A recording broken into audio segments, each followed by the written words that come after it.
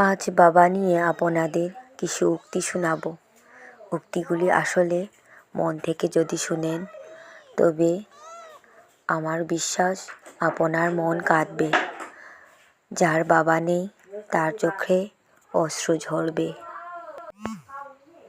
যার বাবা আজ পৃথিবীতে বেঁচে নেই তার শূন্যতা কখনো পূরণ হবার মতো নয়।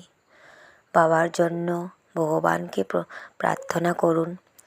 বাবার খুব পছন্দ ছিল এমন ভালো কাজগুলো করুন, হয়তো বাবার আত্মাগুলো শান্তি পেতেও পারে। বাবা হলেন সেই মানুষটা যে জীবনের সব পরিস্থিতিতে তোমার পাশে থেকেছে এবং থাকবে।